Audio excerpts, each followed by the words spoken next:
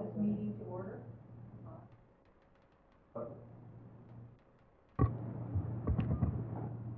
We'd like to call to order the educational meeting for the Board of Vocational Nursing and Psychiatric Technicians. The time is 2:08.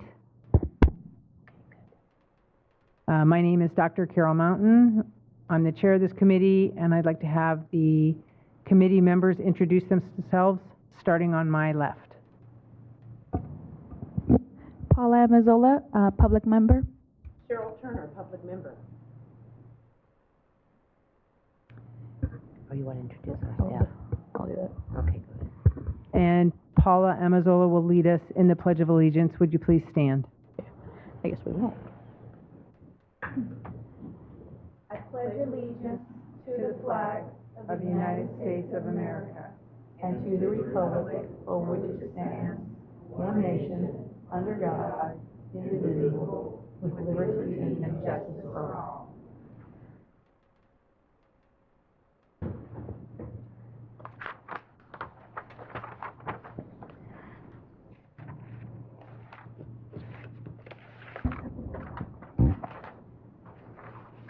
There is one change to the agenda. There's been a request that we move items 10 and 11 up to the position of 5 and 6 for one of our NECs who is traveling.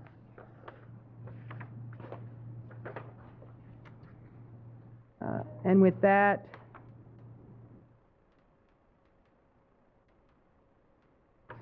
I'll introduce the schools that have signed in. Do we introduce by name? Do we have a sign-in list? She has it, yes. Yes. School. Sure. We have representation from Curram College of Nursing, and we have representation from Charles A. Jones College. Right.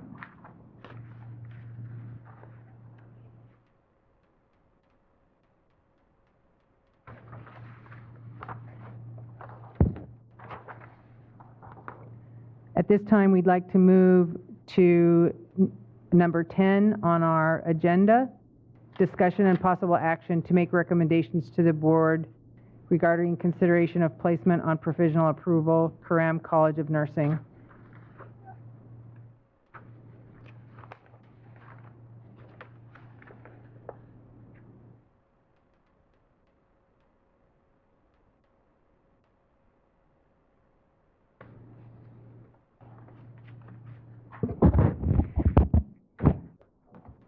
Hello, I am here to present Curram College to you today for consideration for provisional approval. On April the 22nd, Curram College sent me a letter because I had requested to find out what they were going to do to start increasing their pass rates because their pass rates were falling low. On August the 2nd, I did an unannounced site visit to their school because they had admitted a class of students under what they had said that they were going to do. And I wanted to make sure that they had started these actions before I approved the second class because they wanted to admit a class on September 30th. When we arrived at the school, we found that there were 6 violations, and the majority of them are around what they had told us that they were going to be doing.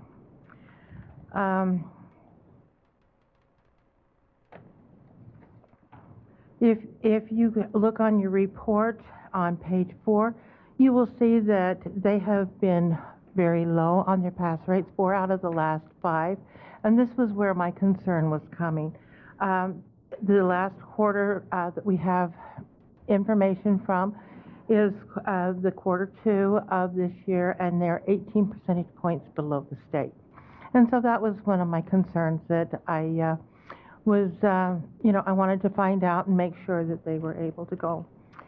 When I was going through the report and the information that was provided to me for this class, I found out that they had instructors scheduled at 2 different clinical sites at the same time at two different clinical sites, and same days, same times, and so I knew that there was not the adequate faculty. And this was one of the first things that also drove me to do the clinical site visit. So Marie and I did do the site visit together on the 22nd, and during this time we found out that where he had said he was going to use for his admission scores at 75% was one of the things he had raised it up. 7 of the students were between 24 and 30%. 3 of them were in the 50% and 2 of them were in the low 60s. Not one of the students that he was admitted into the program in the June class met the requirements that he had stated that he was going to hold these students to. During this time, we also found out that where he was supposed to have in his admission policy an interview with him, there had not always been an interview with the program director. We found out that the students who prerequisite courses could be continued anytime through the program as long as they completed their prerequisites before graduation. We found out also that there was a remediation program in place, but what happened was the students would not pass term 1, then start into remediation for that term 1 while they're doing term 2 work. They were scheduled for 25 to 30 hours of remediation work while they're working on their term 2, which meant that their term 2 they didn't pass because they were trying to catch up with term 1. At term 3, they were doing the same thing. They were remediating on term 2 and not doing it. We do have one student who we got their final report of their grades, and that's attachment G. Yes, attachment G. And so for term 2, she had 62% was her passing grade for term 1. Term 2, her passing grade was 45.37%. Term 3, it was 23.65%, and the student graduated. And so it was very concerning to us. So the violations that we identified, the very first one is Section 2526G of the nursing rules and regulations. A material misrepresentation of fact by a vocational nursing program in any information submitted to the board is cause for denial, revocation of approval, or provisional approval. And of course, this is what we were finding when we were doing it, because everything that he had said he was going to do to help his students so that they could raise their pass rates was not being done, and vagrantly not being done. The second violation that we had was 25, 26, 12, and 13. The institution shall apply to the board for approval of written documentation shall be prepared by the director and shall include admission criteria and screening criteria, which he was not following. He was not following any of his admission or screening criteria. And this has not been corrected. Number 3, the program shall have sufficient resources, faculty, clinical facilities, library, and support services, physical space, skills, laboratory, and equipment to achieve the program's objectives. And this was evident because he didn't have the faculty to offer the 2 programs. He had them scheduled at the same places. Number 3 was clinical faculty shall have no other responsibilities during the hours assigned to the instruction of students. This was because he had students also scheduled, besides them being at 2 different sites. In another case, they had the student, the instructor, being a clinical instructor and also covering students who were at a satellite site. And so they obviously cannot be, again, doing that type of work. Violation number 5, the school shall evaluate students' performance to determine the need for remediation and removal from the program. I already discussed that with you, what was going on there. And number 6, the program has not had 8 consecutive quarters of insufficient pass rates, which I know this is not, one of our requirements for pass rates. I know that they have not hit that mark yet, but it is evident that they've got issues because they've got 4 out of 5 quarters that are low. Any questions?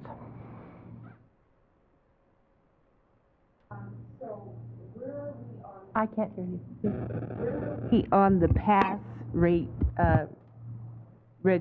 regulations.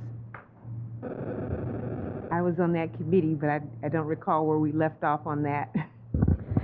As luck would have it, council is entering the room right now, Okay. and he can reply to where we are in our section 100 for the pass rates. Okay.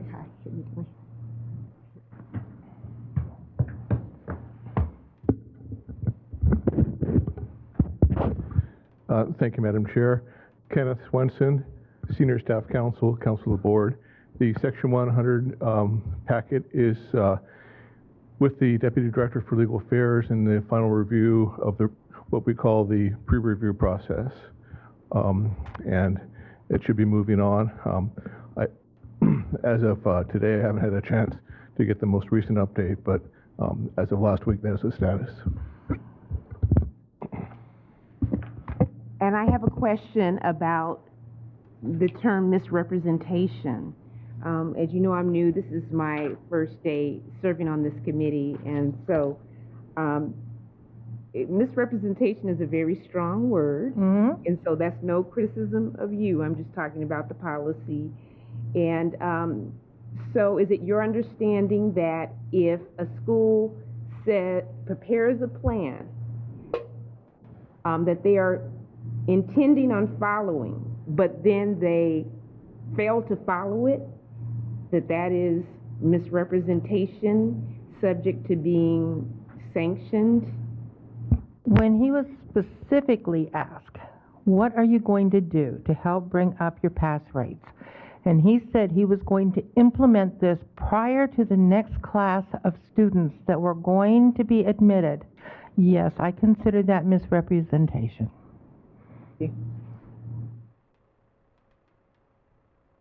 And do we have an update on the violations, if there are any corrections since your last inspection? He has done one of the things that he told the students that he would do, told me that he would do for the students. He has had someone come in and give them a course on how to critically think and how to test taking. The students were admitted in June, and he had this in September. He's also shown me that he does have clinical sites for the class that's running now, but I didn't see anything that would put 2 classes together. Are there adequate instructors for the present class? Yes, there is. But not for an additional class? Not the way he presented the calendar to me. And your recommendation is to finish out this class without adding additional students? If he could provide a calendar that showed me that he had adequate faculty, I would highly consider it. Other questions? Hi, thank you for your report. I'm also new on this committee. This is more of a question.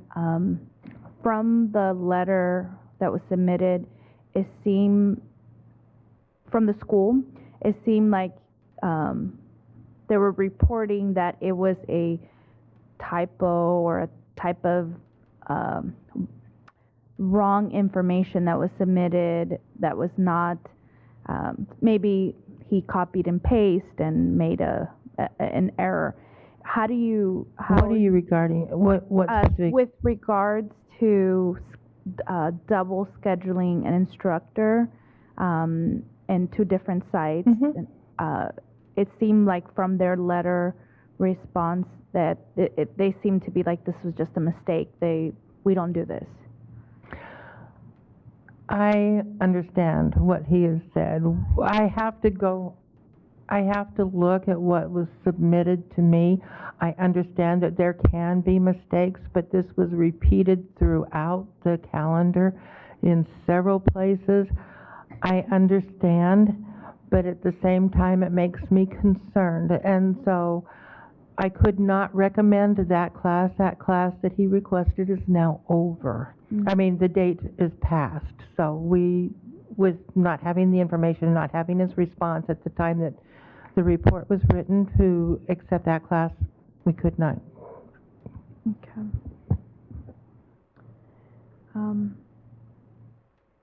Do we have someone from the school here? Yes.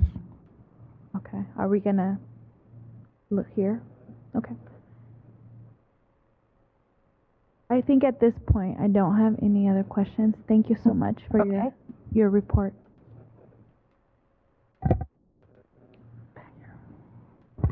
Thank you for your report. Do you want me to stay here while he's here? Yeah. Is there a representative from the school here that could come up and share with us what's happening?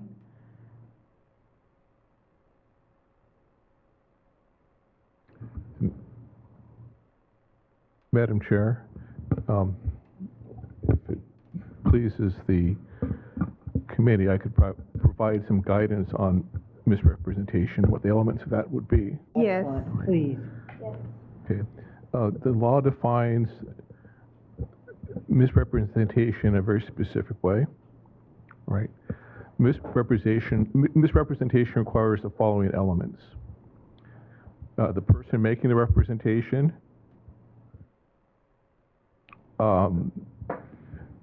represented to the person relying on the representation that something is true, that the representation was in fact false,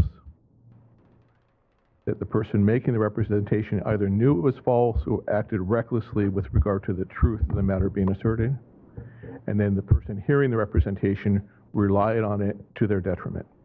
Those are the essential elements of misrepresentation under California law. Thank you. Would you introduce yourselves and your position at the college? My name is Dr. Williams. I am the owner and the program director of Curum College of Nursing.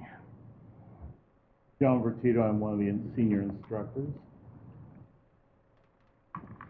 Okay.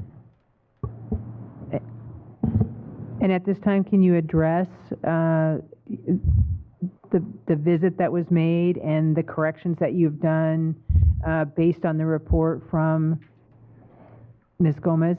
Okay, the first thing that I want to say is I want to first of all apologize to the NECs and the BVMPT staff because number one, in my mind, it is almost a breach of integrity in that they expect that you will do a certain thing and they're sitting back here approving classes and what have you based on the things that you have submitted. I also want to take that a little bit further and personally apologize to Jessica Gomez, who I've known for about 6 years now as my NEC. And, you know, I just never felt that I would be in this position, or I never felt that I had done those things, although some items she did bring to light during the visit. I'm not one of the people who fear the BVMPT or BPP or anybody else walking in the door. Come on down anytime. If you find something that I've done, hopefully is not intentional, and it's things that we can fix and we can move on for the betterment of the students. So with the visit, to me, really wasn't an issue with them coming. It's the idea, you know, they did find some things. I do have some things that I do want to present. I did tell Jessica that, you know, we did talk about low pass rates. And we were having a class that I had asked for to start in June. And I had been speaking to a speaker, nationally known speaker, Diane Gramelli, who actually visits with schools, what have you, to teach students learning styles, number of things, test-taking strategies, and what have you. And we did talk to her about it. I submitted documentation to Jessica showing her that I had these, conversations with her back in April. And my class wasn't starting until June. Well, she's well-known, she's overbooked, and we made a deal and said, okay, fine, I got to have you come and teach these students what I said I was going to teach them. And the earliest date I could get happened to be September 17th. And I said, you know what? I'm going to take it. September 17th is better than no team. So I took it. We did not charge the students for that. It was something that we had offered the students for their benefit. She came, she did a great presentation. I have submitted the evaluations to the NEC for review. Since her departure, we have had 2 exams, and these were not easy ones. We've had a respiratory exam, and we've had a cardiovascular exam, which we just finished on Friday. And those students all came in with 75% or better.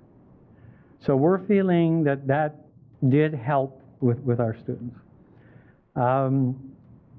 Sometimes maybe a little bit too late, but I have been personally doing tutoring every single day at lunch. My door's open. I've been having classrooms set up.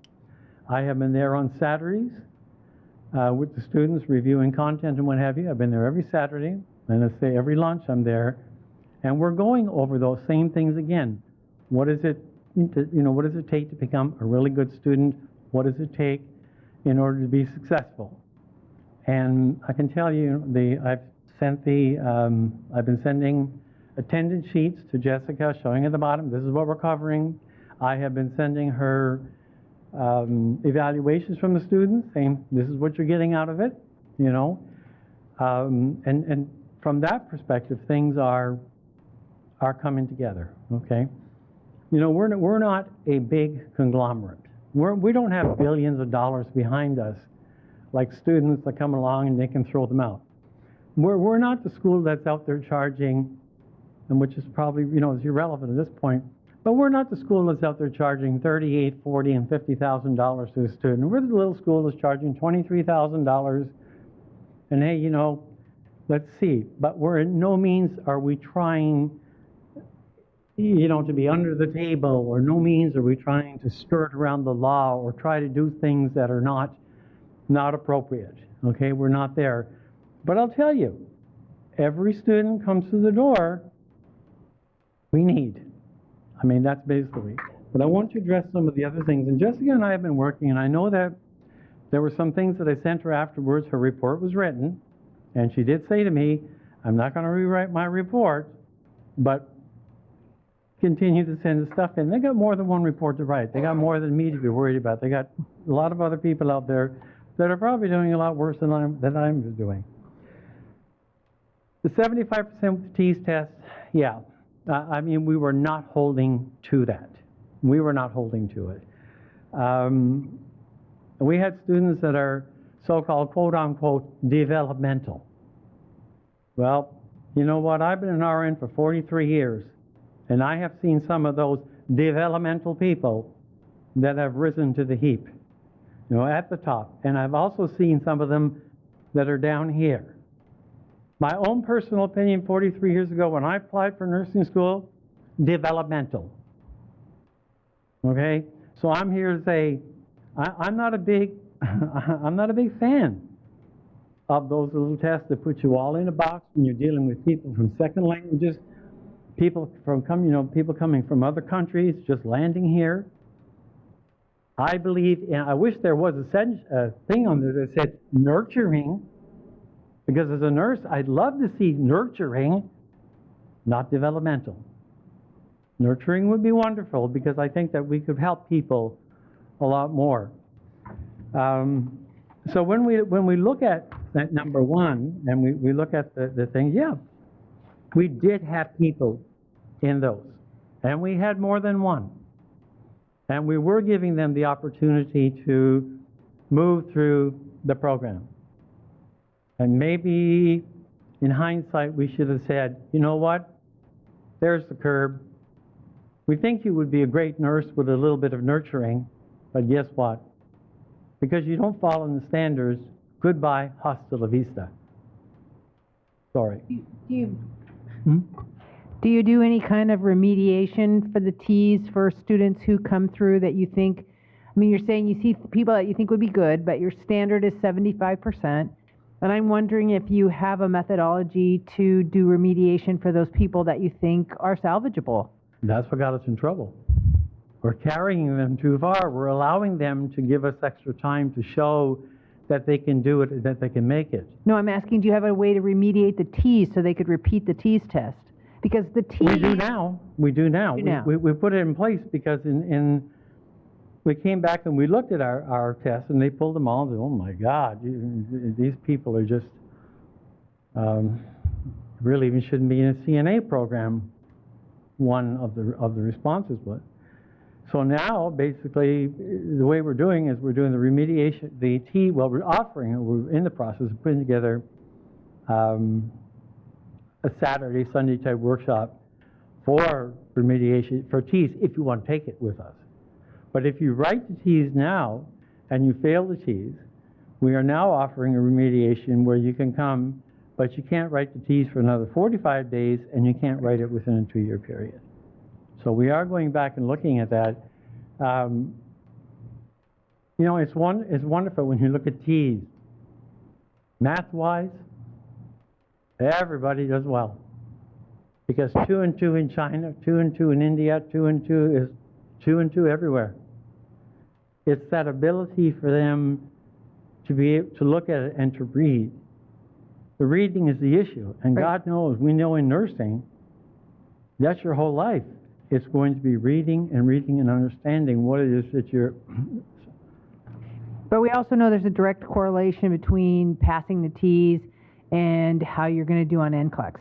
And that was proven in a study by the chancellor That is correct. many years ago. That is correct. And so when we look at that, giving those students the opportunity to develop a deeper ability to comprehend what they're reading is the key to Right. increasing the pass rates. I mean, it's really foundational for what you're doing Well, I and understand. for what your problems are. I understand.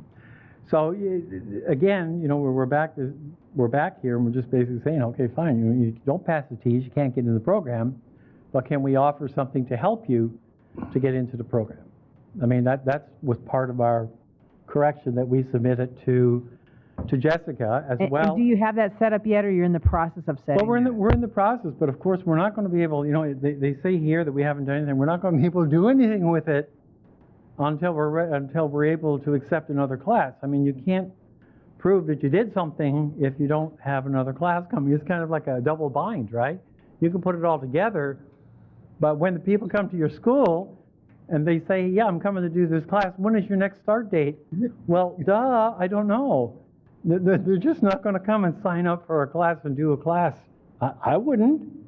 If I walked into your school and said, yeah, let me do this class, and I'm going to be here for 4 or 5 Saturdays, and by the way, when can I enroll? Well, I work at a school where I know people you do do. that all the time and take their T's remediation, rolling the dice to see, am I going to be able to get into your program? So I think people would come, and I think for you, offering that class and setting something up and developing a remediation for T's will not only help your students with comprehension, but it will boost their self-esteem so that they have that belief in themselves that they can do it. And then you're setting yourselves up for when you are ready to take another class. Sure. And it sounds like you've had a good relationship with the board, and you're in a glitch, and you're in a process of fixing where you were, that's all. Of course, we do have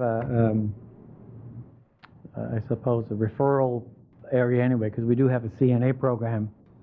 99% of all of our students in the CNA program don't stay there. They all enroll in the VN program. They don't want to be CNAs, or they don't even want to be LVNs. They want to be RNs, and they go through their stepping process. So I understand where you are there. I understand. Yeah, So yeah, I mean, that's something that would definitely be. Before we move on to the next topic, I did want to just get a clarification. By the way, thank you for coming today. So the last class, it was set that students who score a 75 or better would be the only ones that enter into the last cohort, That correct? is correct. However, that wasn't the case. That did not happen, no. Okay. Am I understanding correctly that it didn't happen because some of them were English learners? 90% of our students are, I would say 65, 70% of our students are English learners. Okay. 95% of our students are East Asian, Fijian, or from African countries. So That's our population right there. So I was an English learner, and wherever school I went to, the school would provide Yes. English learning supplemental material. Mm-hmm. And so if the mark was 75 and if the students were not scoring there, then the school needed to provide supplemental curriculum to facilitate their development to the next level, because to me, and I'm a public member, I'm not a nurse, but as an English learner, it's unethical for me to go to a class who's teaching me in 100% English when I'm an English learner, right? And you accepted that cohort knowing maybe that 70% of your students were English learners. And I understand that you put together a test-taking skills, but I'm going to tell you, as an English learner, test-taking does not help with English comprehension. Right. There needs to be something else. And I applaud you for working with English learners, because the diversity of California is such that we do need a healthcare workforce that speaks different languages. But as you move forward, you need to understand, if you're bringing these students into your classroom and you know that they have this potential gap in their learning, that you have a responsibility. Just like, my Sierra Vista Elementary School, they had a responsibility. They were taking money from the state, from the federal government to teach me. And so they had a responsibility where I had to take ESL classes. And I think it's important for your school that if you are going to target this community of English learners, that your curriculum needs to reflect something to facilitate the education of this population, because it's not fair.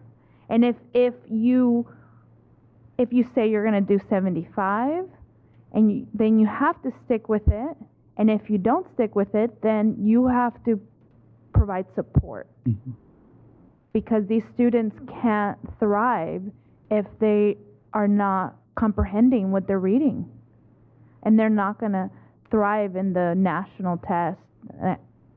It's just not going to happen. May I ask a question? Do you agree with the NEC's recommendation? There are some of the, I think if the report was being written again, now that all the information is there would be some changes in the report. I think there would be some changes. I'm still, when we go back and we look at this matrix that was developed, I mean, I don't know about other people, but, I'm getting on to be 68 years old, and my eyesight is not the way it used to look when I was back at 18 years old. And, you go along and you do your copy and you paste and you think you're doing your thing. Sorry, I missed it. Do I have the instructors? Yes, I do. Did I have a couple doubled up? Yes, I did. And there was no intention. There was no malice. There was nothing. And I was even surprised when she came back and, Jessica gave me this, and I said, oh my God, look at this. It was very easily correctable. Go back. Has it been corrected? What? Has it been corrected? Yes, it has been corrected. And I went back and I said to Jessica, I said, you know what? I'm going to do it first. I'm going to have another instructor do it first.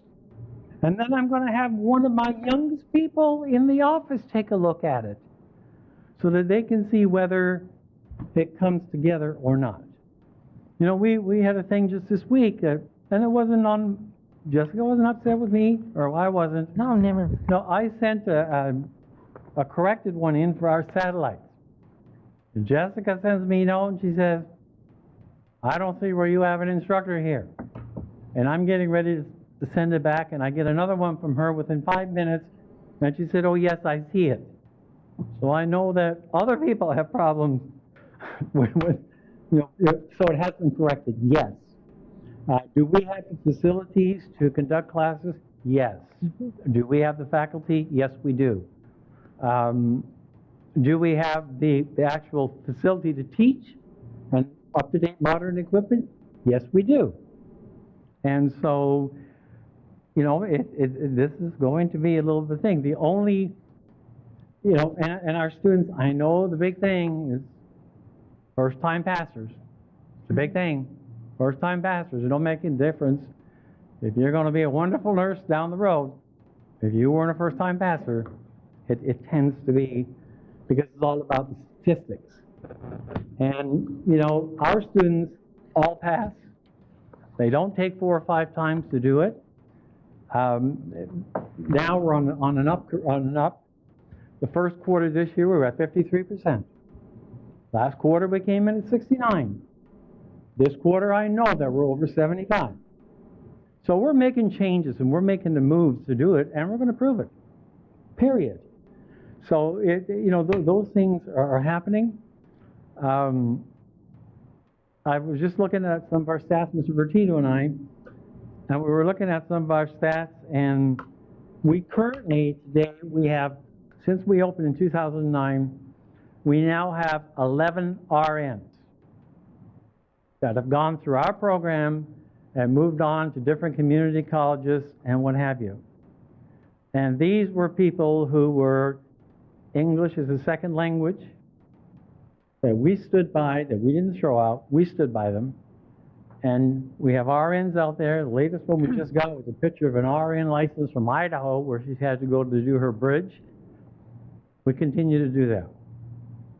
It should also be noted, we've been there for 10 years. We are a good community provider. We have 12 people. When Brightwood closed down their doors, we were there to help Brightwood. We are there to help the students that get dropped out of Unitech for whatever reason, and they go on to pass. So, yeah. We have issues that we have to fix, and that's just the way it goes. If I can add, I was working here while being on that side of the desk, and it's a little unusual being on this side. But as far as integrity, Dr. Williams does care. I've worked with a lot of the students that were not doing well, English as a second language, and sat down with a lot of them to try to help them through fundamentals, help them through medical surgical, and it's paid off. Yes, some of them passed with a low pass rate. What gets me is they actually passed the NCLEX on the first try. So our work does pay off. In regards to teaching, he's given us the tools to do first level, first class education. We never lack for supplies. Our students give injections. Our students have a high fidelity mannequin, and we use it. We try to teach them critical thinking, but hearing it from a teacher is like hearing it from your parents, and pretty soon you kind of overwhelm it. When Diane came in, she said the same thing that we've been telling them, but they listened because it came from somebody else. Time management, critical thinking, test taking. Students, especially ESL, worried because in essence, they're learning a third language. Mm-hmm. Nursing is nursing or medical is a third language, and we have to spend the time to teach them and encourage them to use their medical terminology, use abbreviations. Even this morning we're going over it, and they're going with what's safe rather than what they need to grow. And we're all creatures of habit, and we're trying to break them out of their shell to take the professional. The school standard is we want to graduate professional, safe, competent nurses. And we try our very best to do that. And Dr. Williams does support the faculty to give us the tools necessary to go in that direction. It's not always, it's not very cheap because we go through supplies readily. And we've never lacked. And if we ran out of something, he makes sure we have it within the next couple days. So he does care.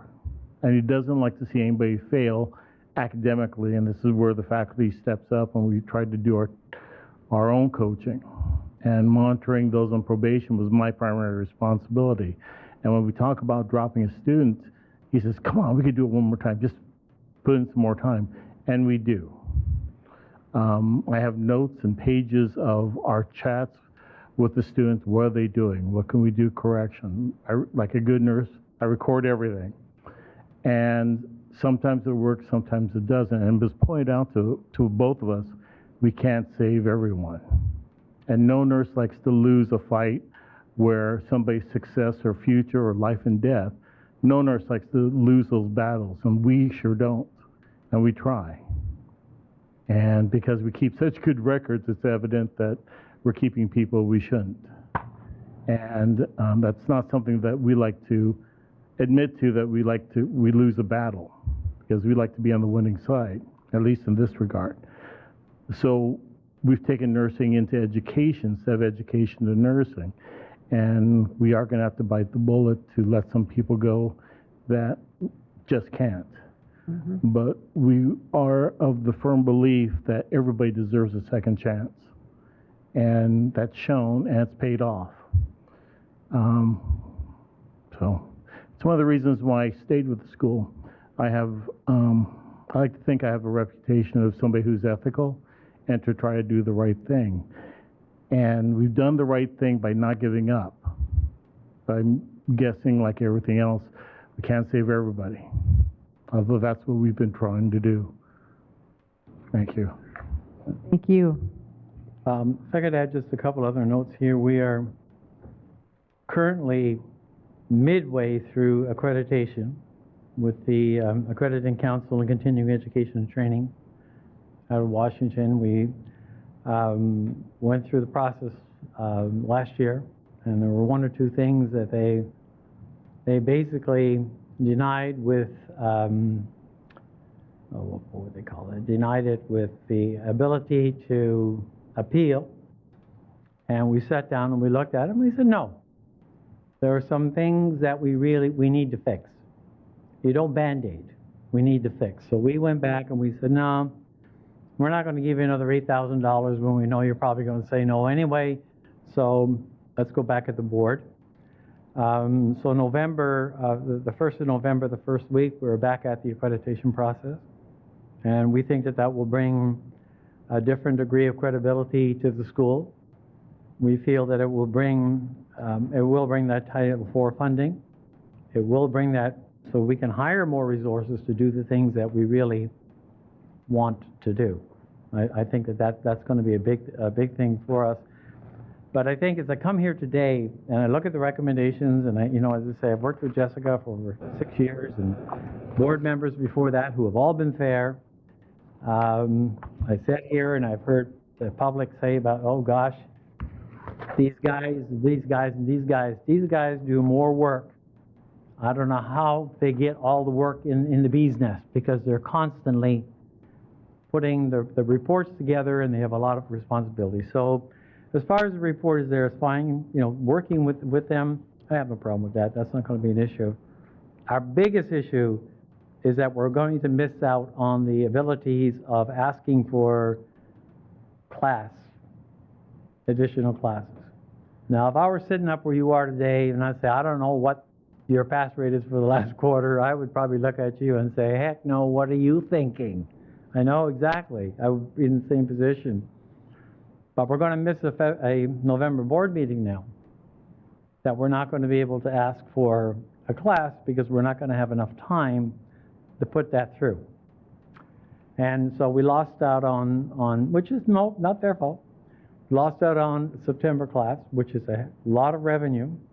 You know, we do have, right now, I just asked before I left, we do have 12 students that are ready to start under the new matrix with the new T's and what have you, and people were cut out. So we had rolled that to November, and now thinking that we're going to have to move that to February, that is going to put a large financial burden on the school. It really is, because that would mean 3 classes, well, 2 classes at least that we wouldn't get.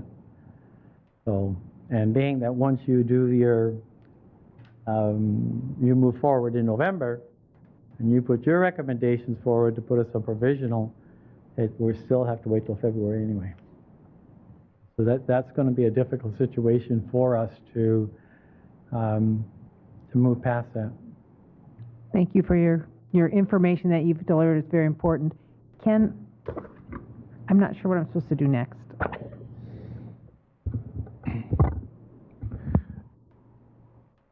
If the committee has fully heard the matter, it's advisable to have one of the members make a motion, have that motion seconded, proceed in the usual manner to have debate on the motion and hear public comment, and then take a roll call vote. Are there other comments or questions by the committee? So, again, this is clarification. So you're asking to admit a new cohort? Well, we had asked to admit a cohort for September 30th, okay? And we understand why we got denied. We understand. But the board meeting comes up in November. Mm-hmm. So it's not like we have the time now to ask for a cohort to start in November or December, because, you know, the NECs require a minimum of 2 months to get a report together to go before the board in November to ask if we could have a class starting before the end of the year. That's the draw right there. What is your ask, though? I would love to be able to have a class starting in November. So when the board meets in November, I would like to be on the agenda asking for a meeting, a class. And of course, I would like that, you know, I understand it would be dependent on what pass rates do we turn in when they come out in the next week or so, or 2 to 3 weeks. So. Another clarification, well, actually, let me ask our attorney. If his ask is to have a cohort in November and that we don't meet as a full board until November, that's, we can't, his ask is not possible, correct? We can't put a motion together for that. Yep, John, right? The motion would take the form of a recommendation to the full board. So as an example, if the committee was inclined to recommend to the full board that it adopt the recommendations of the NEC, then that would be the motion to approve the recommendations and recommend to the full board that they adopt the recommendations. Of course, then it's within your discretion to modify the recommendations as well. But it would have to go before the full board in order for there to be action on the recommendation ultimately. And when, hold on. Yeah. So, Jessica,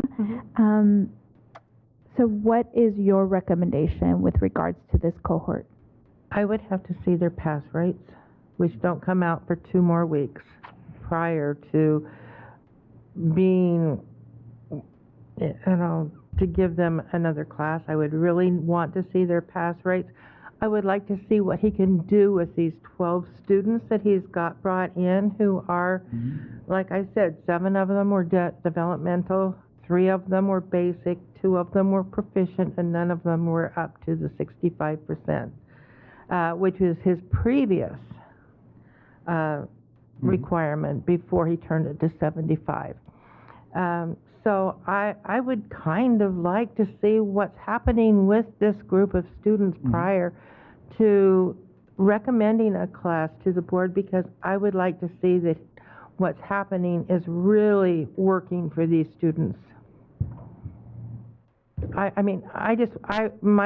concern is looking after the students that were admitted, who definitely were in need of a lot of extra assistance. Yes, Ms. Gomez, is it possible to prepare an updated report in time for us to consider his request? I'm going to have to get information from him regarding his new start date. I would have to have information from him exactly where he's going to be putting these students. I would have to look at the pass rate, which comes out in probably a week or 2. I'm going on vacation for the first time in 4 years. And so 2 weeks of that time, I will not be able to write a report. So I would not get back until November 1st. I have to have it to you guys 10 days prior to the board meeting. So is it possible? It would be very, very iffy to be able to add that in. And normally you would want to refer that to one of your colleagues to follow up on. Our colleagues would not be writing my report for me. Okay. We could have coffee every night at the board. One more question. Okay, so before we put a motion together, the last question I have is, earlier you alluded that you didn't want to put together the new curriculum or the new recommendations that Ms. Gomez provided because you didn't know if you were going to get a cohort or... No. Can you clarify? Yeah, the recommendations are there. I need people to work with. I mean, if I come along and I say our store has a new policy today, I don't know how I put it together unless I have customers walking in the door. I need people to work with. So what we've been doing with our new applicants when they're coming in, we've been using our new matrix for admission. You know, the things that you have to do, number 1, and little mini interviews in there. I personally do not want to get into a long interview with students because I've had recent conversations with our solicitors, and the state of California is not very happy with a lot of the subjective interviewing and who gets in and who doesn't get in. So I want to be very careful there. I want to remind me, you know, this is not when I went to school 43 years ago and you came in and you had the interview from top to, you know, depending on how you looked and all this kind of stuff. I want to get away. But what I've done with the matrix, the new matrix, I've asked them, we looked at 5 different areas of what would I like to see in an essay. Hold on. Oh, I'm sorry, sorry. I guess my question was, I don't want to hear the specifics. My question was, if things work out, are you going to do the new changes? Yes. Okay. Yes, definitely. Sorry for the interruption. Okay, but I was kind of, I wasn't sure. Okay. I don't know what kind of motion we want to put together. Recommend the report? Yeah, to follow NEC's report.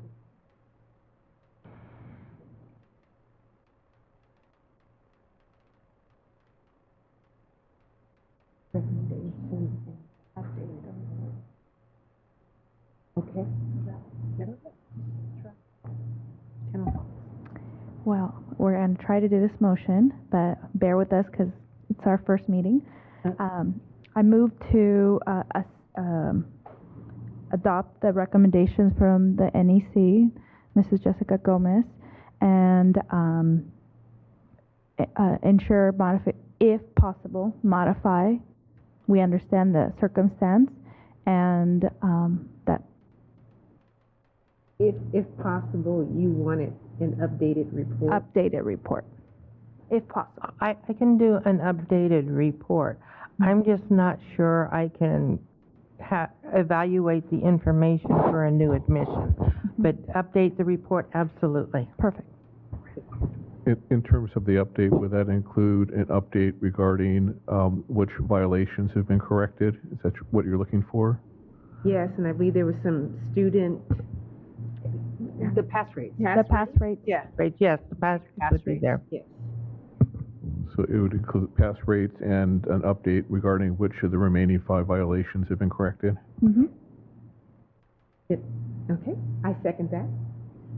So a motion has been put forward and seconded to put before the board that this committee would like to stand by the recommendations of NEC Jessica Gomez, and that we would like to have a updated report and the pass rates for the November board meeting. Yeah. And the corrections to the violation. So I think the form of the motion would be as follows, that the committee moves to adopt the recommendations of the nurse education consultant and recommend to the full board that it does the same and direct the nurse education consultant to prepare a revised report prior to the board meeting, at which time the board would take up the recommendation, and in that report address the additional update on the pass rate information and discuss what other, if any, corrections have been made to the violations. Yep. Mm-hmm. Do I call for a vote of the board? At this point, you would have discussion and then public comment. Is there any discussion? The only discussion I would ask, would that also include, if poor Jessica was able to get that done, I know she's going to be really, really busy, would that also include the possibility of an approval of a class in that? That will need to be taken by the full board. Okay. That would definitely be a decision of the full board. But that would possibly come But do you want that in the report, in my update, is what he's asking? Do we want your recommendation? No.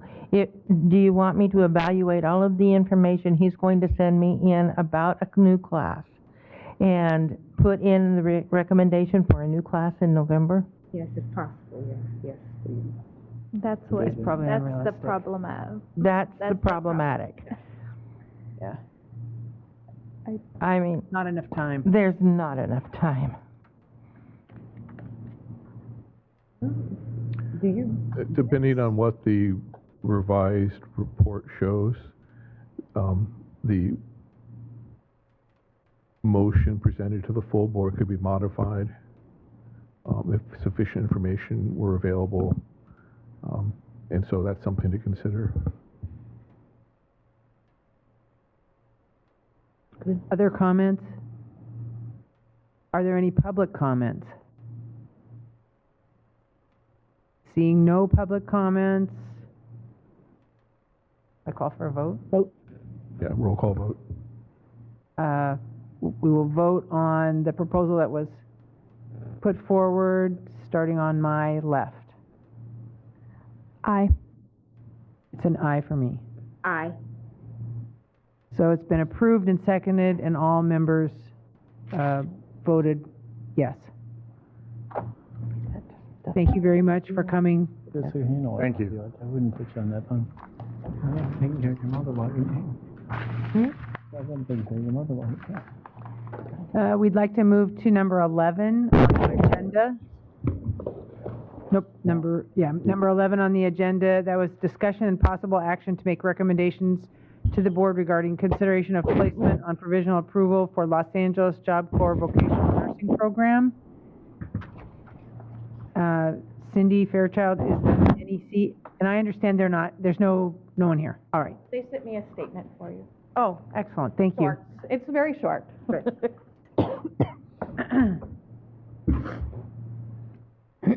I received a phone call from their prior director. Do I need you here? July 2nd, stating that they had a new company who manages Job Corps. Do you guys know who Job Corps is or what Job Corps is? Just to give you a little bit of background, Job Corps is actually a program that is nationwide. It is through the Board of Labor, and it helps at-risk young adults who are at risk. They have a multitude of programs. So they have, the Los Angeles campus has a vocational nursing program. YWCA had for years run and managed the LA program. It is now managed by a different company. So I got the phone call from the past director saying that the new owners wanted to change everything. They did not want to involve the board, and they just wanted to follow the regulations of the labor board. So went in and did an unannounced visit on July 9th and found 12 violations. Most of them were documentation, like she couldn't show me all of the credit granting. She couldn't show me things such as faculty meetings, remediation, things like that. So she was fairly new at the time, so just figured give her some time. And then when she was to have submitted everything, the end of July, she still couldn't show me all of the documentation, so I did another site visit. And at that time, I found 4 more violations. At this time, these violations are now more serious than just lack of documentation. Students were not attending clinic. At that time, it had only been a couple of weeks, but the problem was that the clinic site that had already been assigned for the students was not a board-approved site for that term. It was a board-approved site, or is approved a site for first and third term, but not for second term. So she pulled the students out and never did replace them into another clinic site.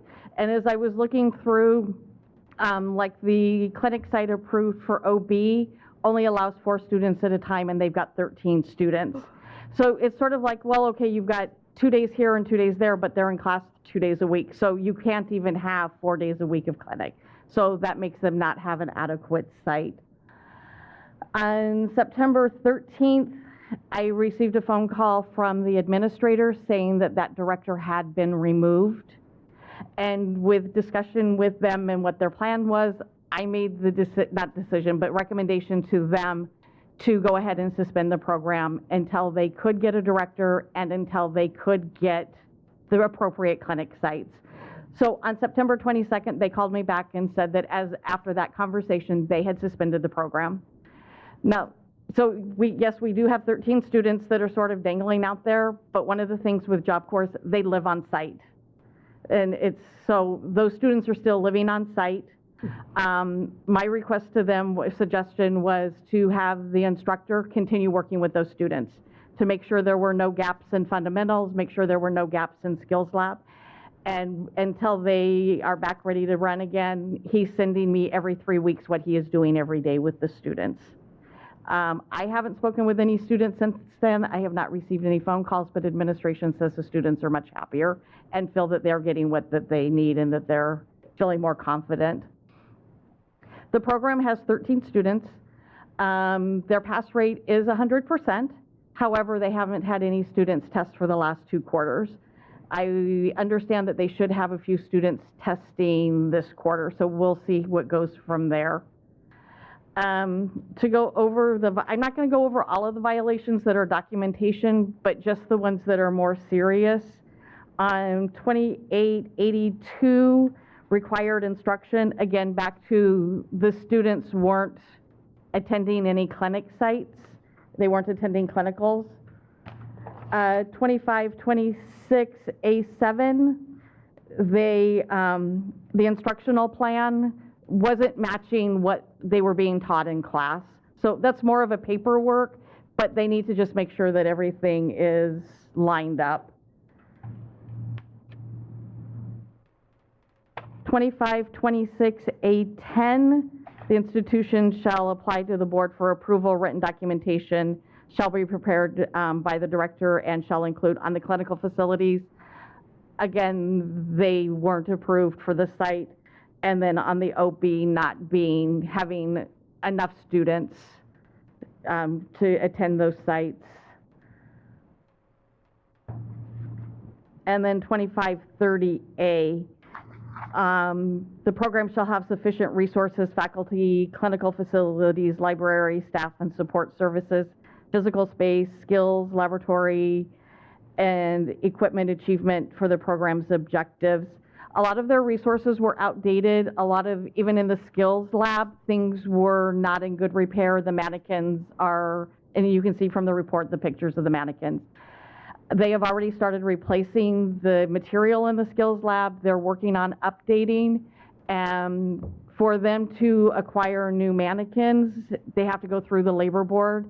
It has been approved for a NOEL, which is the maternal newborn simulator, an IV arm, and a task trainer, so just a mannequin that they can practice doing skills on.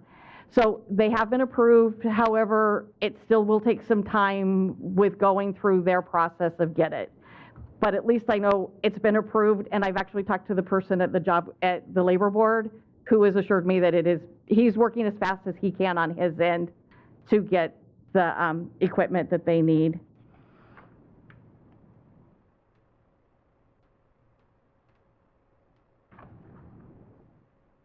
So the recommendation is to place the Los Angeles Job Corps Vocational Nursing Program on provisional approval for a 6-month period.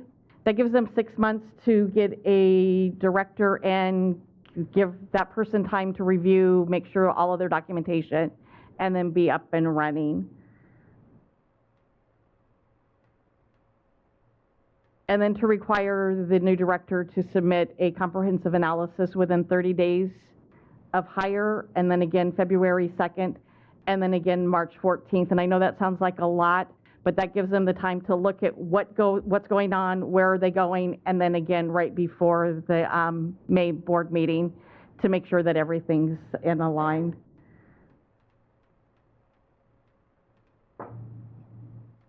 So the school asked, they couldn't be here today, and they just wanted to make sure that you knew that they are doing everything that is asked, and to share with you that they acknowledge the violations and are working to restructure to deliver a top quality program for their students. They have already interviewed one person for director. They have scheduled 2 more interviews. Their plan is to have somebody in place by November and then have the students back in the classroom by January. Nice. Are there questions from the board? No questions for me.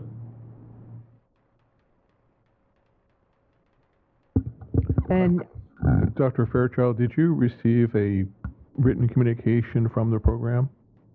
That they were suspending? You mentioned a written communication that you just received from the program. I've received several emails from them. That was an email I got from this morning.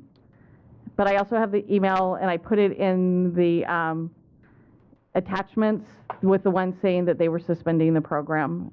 And the email you received this morning, could you just read that verbatim for the benefit of those who may be interested who will not have access to it? No problem.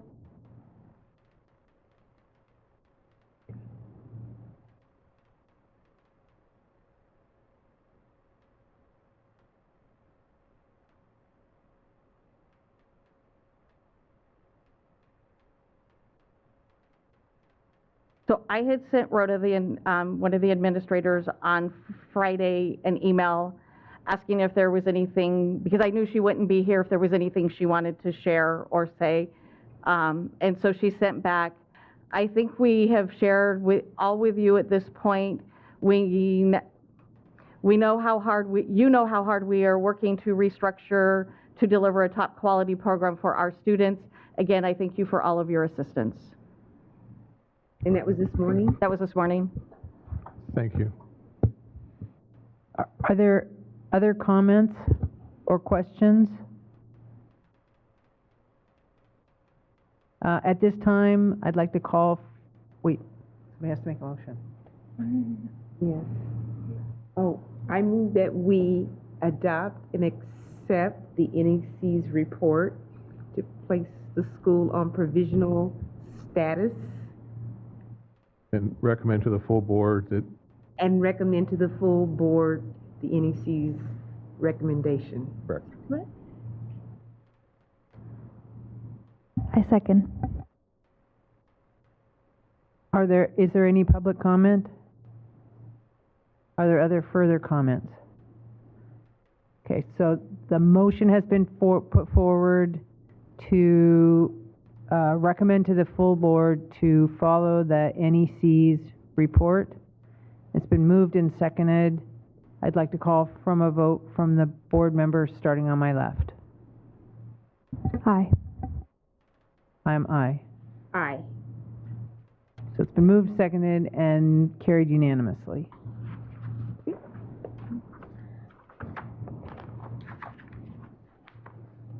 Safe travels. Thanks.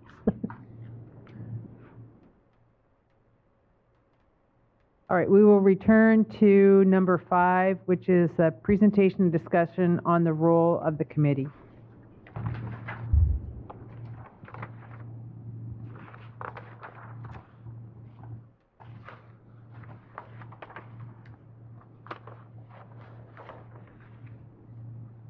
And Elaine, feel free to jump in anytime. So the functions of the Educational Committee include program assessment, review proposals, and recommend action to the full board regarding schools, programs, policies, and regulations, to evaluate the operations of the Educational Division, address scope of practice issues, inform stakeholders and public about nursing education programs, consumer safety, and board priorities, to recognize program successes, and to implement the strategic plan goals.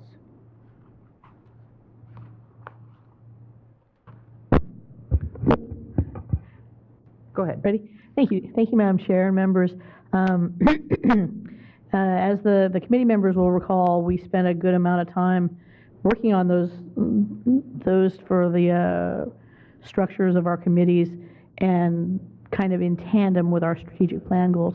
So where we are now is, I think, really evaluating and focusing what the committee is going to do in its next tenure. We don't usually have a direct calendar time set. It's, the committee members are appointed by pleasure of the executive committee.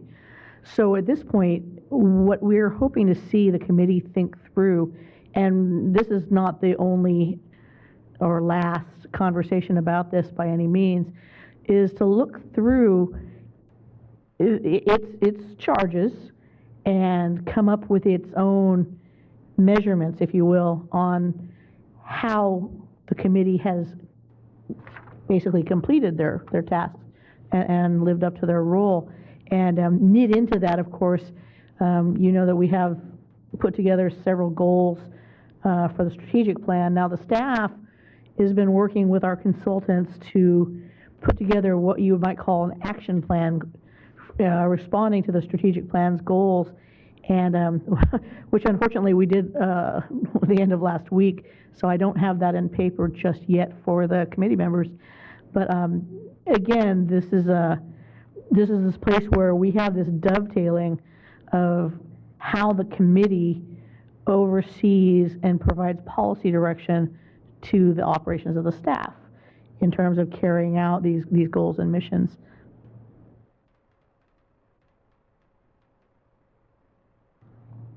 Is there further discussion? Public comment? So I thought is that this is an agenda item that we're going to be carrying forward as we become more familiar with our roles in this committee. Certainly. Not to mention, we will certainly be putting together some time at the November meeting, as you know, we have that third day where we put together some training and discussion time. We envision the committees being able to spend some time together talking through this. We should have a little bit more information for the committee members and the board members based on the staff's work on the action planning. And again, it's a work in progress, of course, but what we do hope to see from the committees is a very, very solid plan, a set of, I think, reachable goals, if you will, on how the committee can evaluate its own self. Have they completed these goals? Have they met this mission? And again, I think the Education Committee has a little bit of a leg up on this, as our goals and our work is fairly clear and finite and well defined. But like I said, I think there's a lot to be said for how the committee approaches those goals, how the committee advances those goals. So as I said, yes, Madam Chair, you're 100% correct that this is the first conversation and probably what will happen probably every meeting. Are there any further comments? Seeing no comments, we'll move on to the item number 6, discussion on relevant strategic planning goals. We kind of already did that, but It's kind of rolled into one. Yeah, if you want to look at any of the specific goals and discuss those today, that. Are these the number 4? Correct. Is there further discussion on it? I really feel like we've kind of covered most of them. And these are very clear in that they establish what we need to be looking forward to during the next year. I would agree, and like I said, once you see, I think, the step-by-step action planning, which carries us through the entire strategic plan years, I think that kind of gives the committee a good idea of how that ebbs and flows. I agree. Is there any public comment?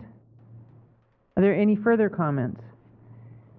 Seeing no further comments, we will move on to item number 7, discussion on mechanical ventilator care certification. Ah, delightful. As the committee members will recall, we've been working for more than a year now with our colleagues in the Respiratory Care Board. Really what we've seen is kind of a long process. We've talked about the specific functions and scopes for respiratory care technicians and vocational nurses and psychiatric techs, vis-a-vis the care of patients who are on mechanical ventilators. We've come to a lot of, I think, different plans or discussions. Operationally speaking, what we have done is we've issued a preliminary joint statement with RCB, but we received a good amount of input that made us fairly certain that some further work and discussion was needed. In the ensuing few months, we've held one initial meeting where we invited stakeholders, in other words, practitioners, employers, and parents, families, really, of folks. Because generally speaking, if I could overgeneralize, actually, the problem that has been in discussion for many, many years has been the fact that by RCB's position, vocational nurses and psychiatric technicians are not adequately trained and certified to provide that kind of care.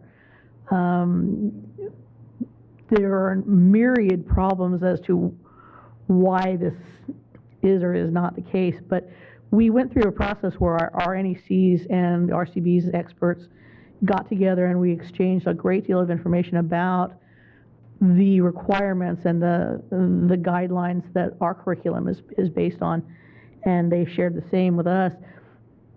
So in the end, initially this spring, we had this understanding that no, vocational nurses and psychiatric technicians, on the face of it, as their basic licensees, should not be offering this kind of care for this kind of patient care, that it was not safe, it was not desirable. But in the ensuing months, we had no idea really that of the extent to which a number of facilities and a number of care providers were employing LVNs and to some small degree psychiatric technicians to provide specific care to patients on mechanical ventilators.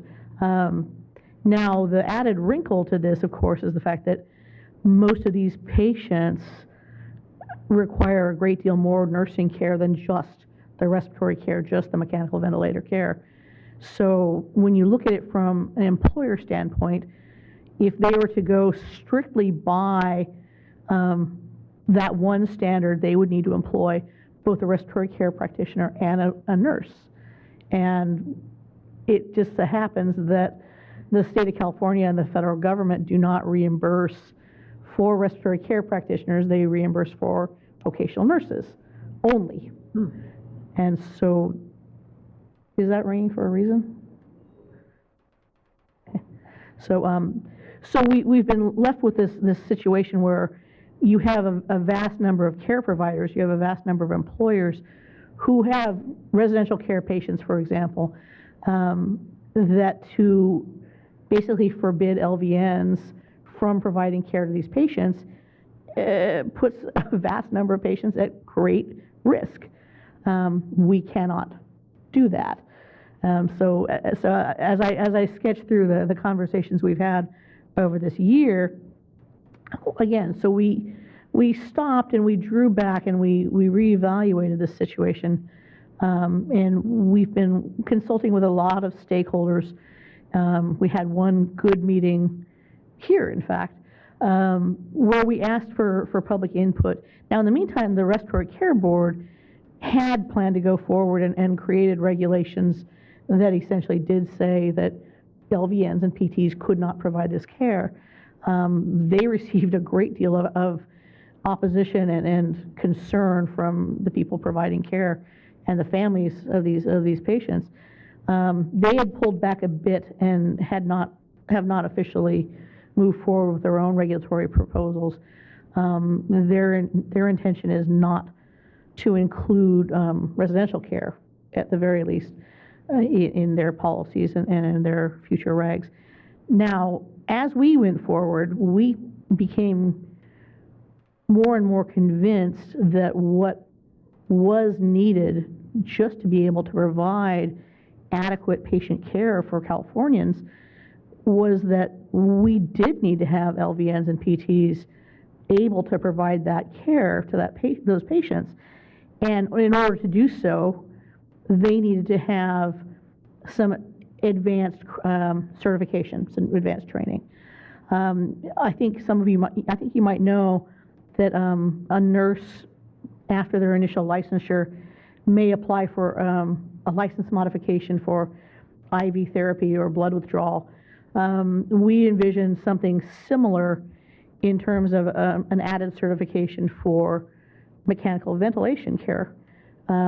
Now, whether or not this is a permanent solution, whether or not this goes beyond residential care, a vast number of things that are still up in the air, that has yet to be discussed. But one thing we do know, one thing is very clear. On Wednesday, we do plan to have yet another stakeholder meeting where we have asked people to come forward and start sharing the particulars of their own training program, because the better care providers and the better medical equipment providers have always provided some training and some work for people to be able to use the machinery and to provide the care. So we've been asking for some best cases and some best practices that we hope to be able to put together to at least provide a framework, a guideline for a training program, for a certification program. Now, obviously, like anything substantive, this will require probably statutes and regulations.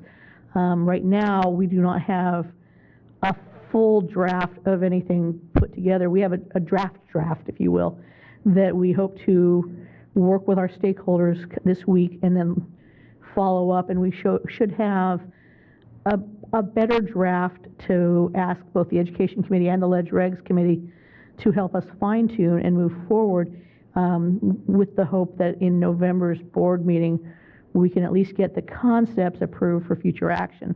As I said, in all likelihood, we will require a bill to do this. Whether or not we can absolutely do this in 2020, I don't quite know.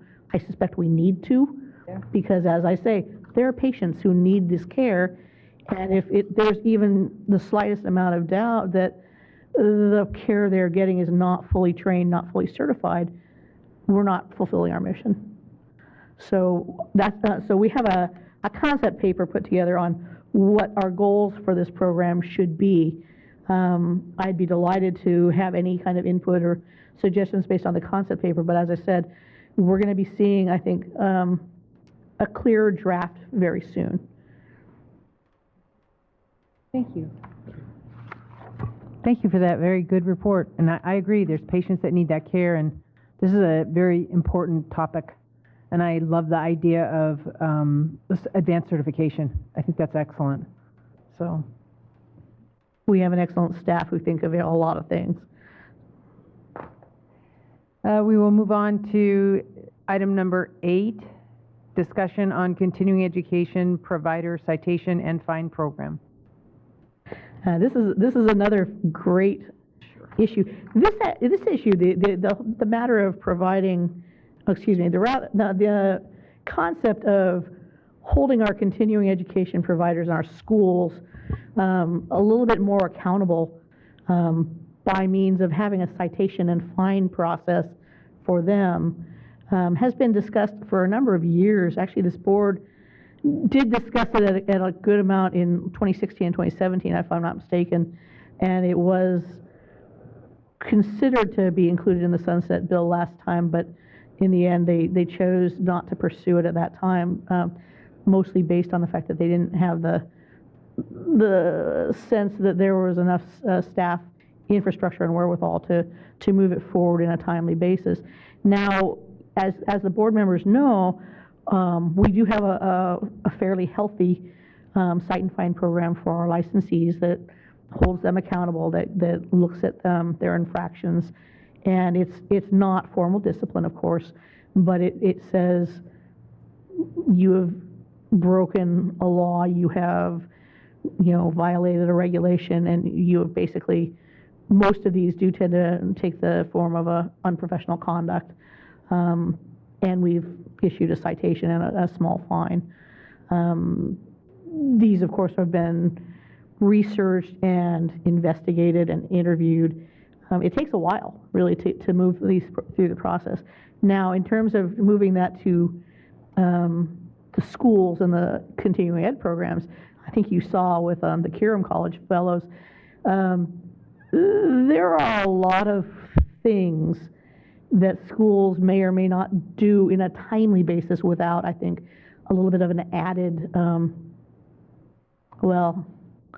incentive, let's say, that we believe that a citation and a fine might make them move a little bit more expeditiously and I think a little bit more completely. I think that the concept that we've laid out here, again, the same procedure we're going to probably move forward in terms of fleshing out language. We envision this being included in the Sunset Bill itself, until we're, of course, told not to by the Senate. But we think this concept is very sound. We think that this is something that can actually be dovetailed and accommodated within the NEC's existing workload. We envision this kind of becoming part of their site visit and their work with those schools, and them, I think, assessing the severity of violations and being able, I think, to make on a case-by-case basis. I think this is very important to me. The NECs being able to work with those schools to be able to say, okay, well, we told you had 60 days and it's 63 days, keep working, as opposed to we told you had 60 days and it's been 63 days, no. So we hope to have the NECs be able to, I think, manage to exert a lot of discretion, and because they all know the schools best and they know the regs best. But as I said, this is a work in progress right now. and we hope to move forward. But as we construct this program, and we're, again, basing it on our existing enforcement cite and fine program, it should move forward. We don't think at this point that we need a large amount of additional staffing and additional resources, but it could actually grow. We don't quite know just yet. We're hoping actually that just having this program will serve as kind of a deterrent. May I ask a question? Yes. What are some of the examples of violations that you're seeing with the continuing education providers? Oh, that's a great question. There are some programs, and I won't actually name any specifics, that, for example, if the continuing education requirement for this program is, for example, 36 hours, but they're advertising that come for this program with us and we'll get you out of here in 10. That is definitely something we hope to address.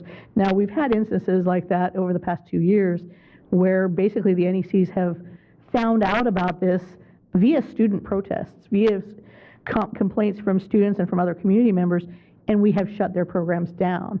Now, in the event that this is something that isn't necessarily as egregious as that, or if there's something that is really anomalous, I think that this is a program that has a long and very positive history.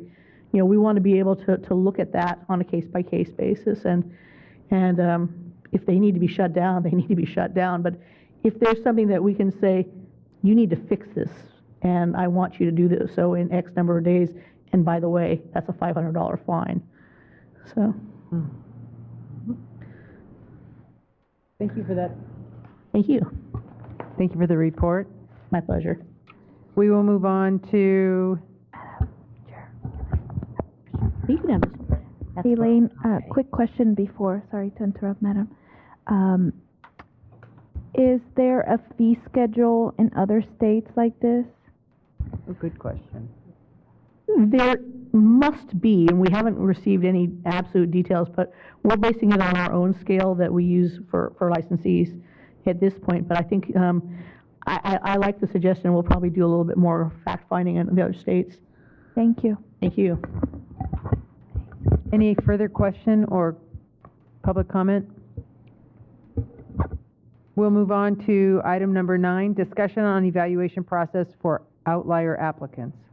Hi, I love the outlier applicants. Yeah, I do so, too. Right, I didn't know what else to call it, but it is kind of outliers. So I've been at the board, as you know, about 8 or 9 months already, and this issue keeps coming up, and I said, well, I think we need to look at it and we need to do something about it, and it is in regards to applicants who want to put in their paperwork for licensure, and their schools are either closed, they can't get their transcript, they can't get the proper documentation.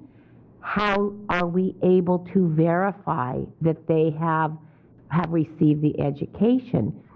I personally probably take at least 2 calls or emails a month regarding this. So I went to our licensing manager, Jen Johnson, and I said, I'd like to talk, we need to maybe have a little conversation. So we met with the AEO, Vicki, and we met with the EO, and I said, how can we support and how can we help these students who are just beside themselves because they graduated from a school in 2009 or 10, they have no way of getting a transcript, particularly if the school is closed. Now, BPPE, the Bureau for Private Post-Secondary Education, many times we can go to them and we can get the student can get a transcript from them, so I always refer them to the BPPE.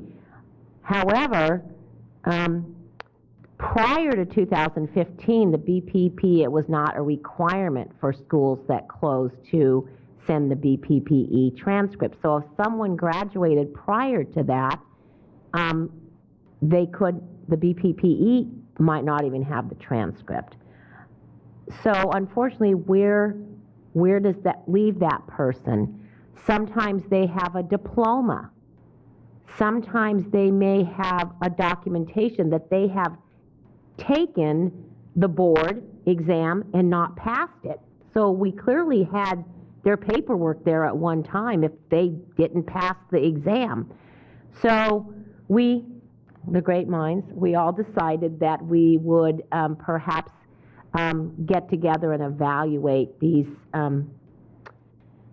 students and see if we can help them and really do it on a case-by-case basis. Previously, we weren't able to offer a lot of help to them, but now I think we are going to try our best to really see what we can do with some of these students that have special circumstances.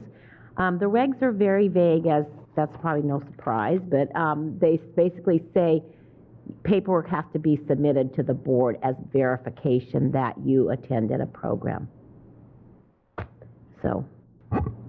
Are you coming up with like a decision tree or a roadmap so that it'll be? Carol, we just actually had this discussion a couple of weeks ago, so I would be happy to. That's a great idea. Let me comment further. Actually, we discussed this briefly with the licensing committee this morning too. As you know, of course, it does skirt both licensing and education. There's just a vast number of ways forward. And again, this is one of those things that this is the beginning of probably many conversations. The licensing committee had a number of very good suggestions where we would work towards designing, I think, some specific buckets, if you will, of where these cases tend to fall. Yeah. But then there always are going to be those ones where all the staff members go, well, that is a new one. Yeah. We have never seen that one come before. We have, of course, the issues of students who come to us from other countries whose transcripts, for example, may not be in English. And there are, of course, agencies that provide that kind of transcript, translation and analysis.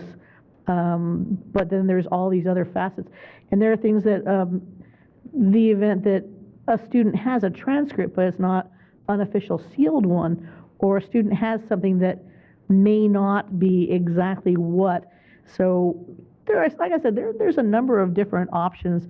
I think the bottom line here is that even though these are very few and far between, I think we see a couple every month or so. But the bottom line here is that we want to be able to help these students. So. Are there further questions or comments? Come up to the, thank you. Good afternoon. My name is Larnie Gallardo. I'm the program director for Charles A. Jones. Two things. Item number 7 on the scope of practice. Coming from the Philippines and getting my RN training over there, we hardly saw therapists. Everything was nursing, within the scope of nursing. So I hope that we will kind of like support the idea of LVNs getting advanced certification in mechanical ventilation. In my previous job, I was a director of nursing in a skilled and rehab nursing facility prior to becoming a program director of a school. And the life of a skilled nursing facility is the LVN. We don't see therapists 24 hours a day.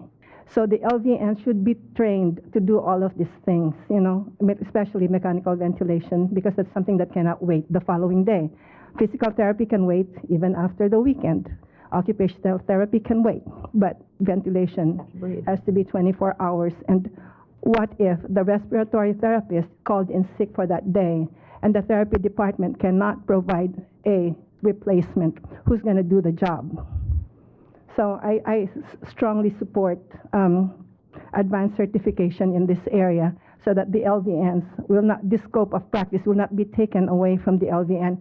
It is the facility's option whether they want to hire a respiratory therapist to do that job, but at the same time, I'm very opinionated, should not be taken from the LVNs, okay? So that's one. Any questions? Number 2, not number 2, but on the outliers, okay? As based on Marie, I finally met you. I keep getting emails. You're doing a good job of keeping us on track. For the outliers, we have that problem as a school. They don't apply to take the board exams right after graduation.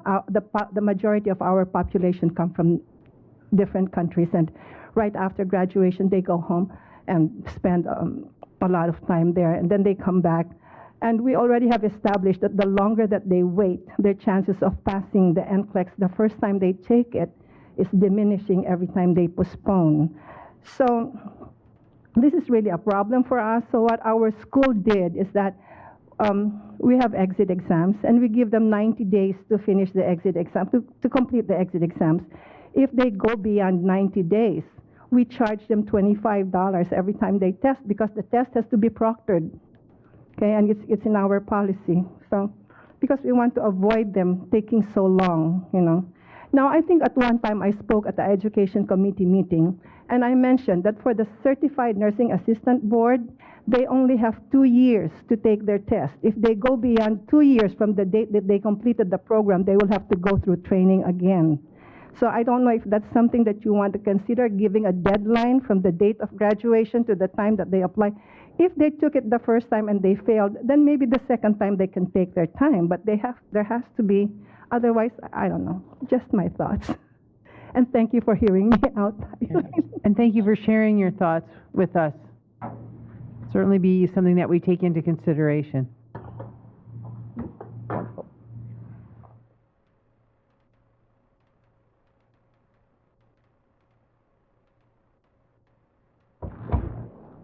I was waiting for the end to ask questions, so thank you for the opportunity, Doctor. John Bertito, but this time wearing the hat of California Vocational Nurse Educators. Nice. I'm the board member North representative, and our meeting is this week. So I'm taking notes because there are a lot of things that other educators are going to want to know, and it's great to get the most information firsthand. On item 7, going back to the mechanical ventilator certification, good idea. I was on the first meeting when the Respiratory Care Board wanted to curtail all LVNs and psych techs from dealing with it. And present were Cheryl Anderson, Teresa Bello-Jones, and an ALJ who was the monitor. And our scope of practice is very broad. And with the myriad of different machines and technicalities, it is a life support, and it is important for the safety of our citizens, as pointed out by the EO. She is 100% correct. We are here to protect the public. And additional certification is a good idea, and I hope that you would support it. However, I have some questions, if I may, to be able to take back to my organization that they may have, and see if we can get just a little bit more specific information, if I may. Ms. Yamaguchi, you pointed out that there was a concept paper either being written or in development. I wasn't clear. Is there one set up or one in the process, or is there one already written? We have a draft which has been put together, and we'll be sharing some further information at our stakeholder meeting this Wednesday. And regrettably, that's when the CVNE will be meeting on Wednesday. I'm sure we could probably email that to you. Excellent, outstanding, because I want to make sure that state educators or VN programs have the latest information for follow-up. I'm sorry. But this is a nice compromise to be able to work, and I can see, I could have told you ahead of time that would be a great outrage because LVNs do quite a bit, and there's not enough respiratory therapists, and it's an additional cost to the facilities that they are not prepared to shoulder, among other things, the number of ventilators available. The models and the classifications and such are myriad. So an advanced level would be a good idea that we hadn't considered years ago. But the priority of the board is protection of the public, and I think this is a good way to move in that direction. But we need to figure out how we're going to cover all these machines and how we're going to certify. One of the things that we did when I was a home care nurse, and I did provide care to patients with respiratory, is that we got trained on that specific model that was used. And that's something I'd ask you to consider, is that you get the certification, but on which machine we're going to be using in the facility, because you never know what you're going to walk into. And so that's something that you are going to have to consider. And that's just, hate to say it, but another strand of spaghetti to throw in your bowl there, Elaine. It's going to be difficult, and I think you guys are well equipped to do it. But I just wanted to see if I can get the latest information. If you could email that to me, Certainly. I would appreciate it. Good luck, guys.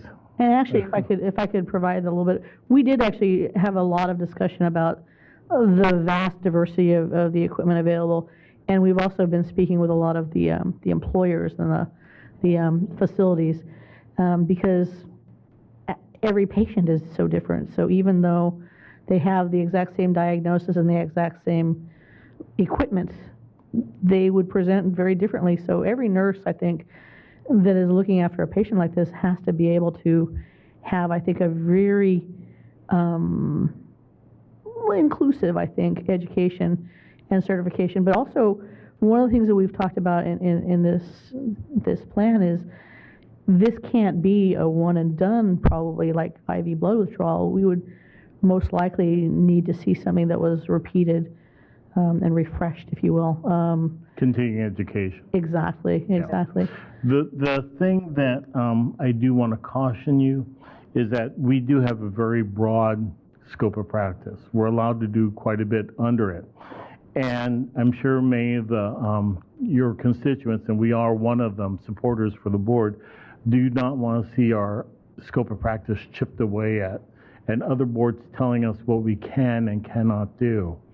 And we are one of the major life support professions of the board, and having other boards tell us what we may or may not do is kind of Offensive? Yeah, offensive, irritating. It's Inappropriate.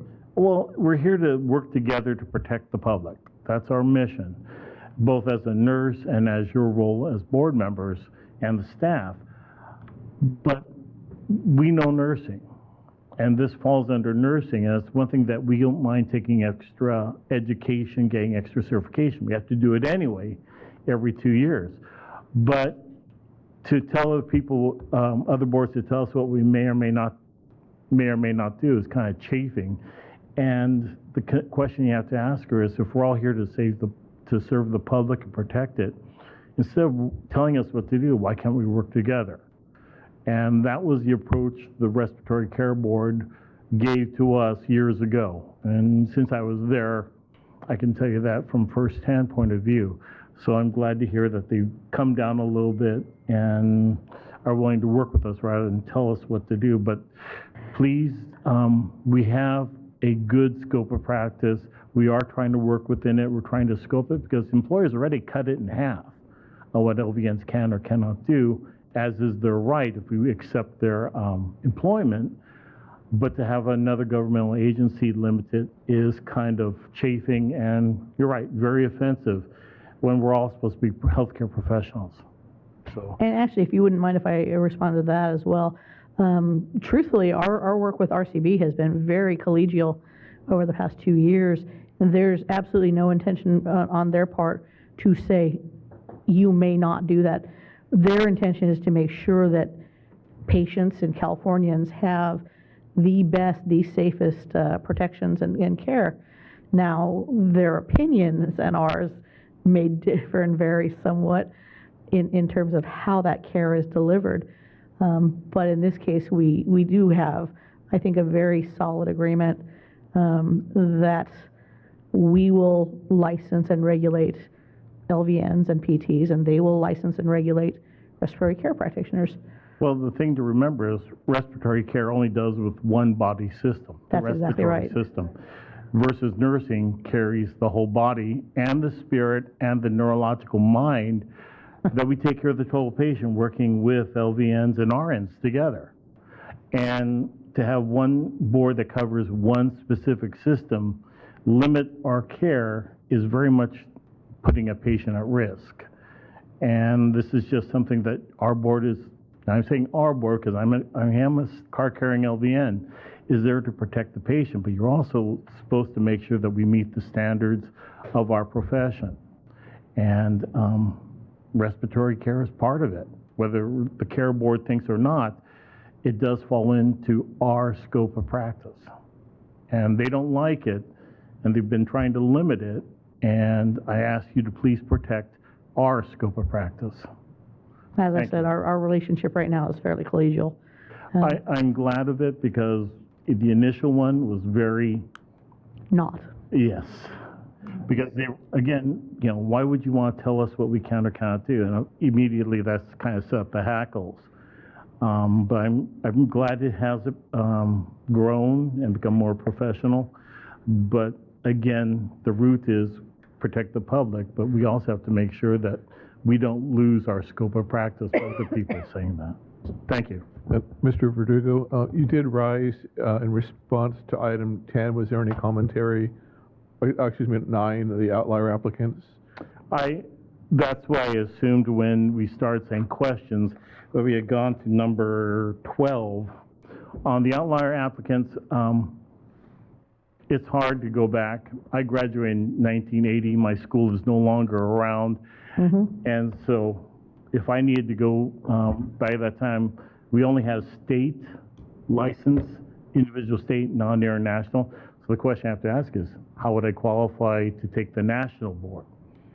And I've been LVN for over 30 years with a college degree. So that's not a fun question. And if anybody's got a crystal ball that's polished up and ready to go, I'd love to hear it. But that's a question that gets to land in your lap. And all I can say is I wish you the very best. It's not going to be easy sitting up there. I have a decade of experience knowing there, and I kind of like it on this side. Very much. Thank you. Are there any other further comments, further public comments? Not on the agenda? Are there any suggestions for future agenda items?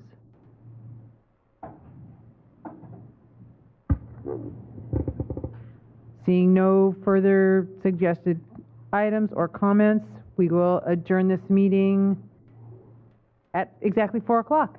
Nicely done.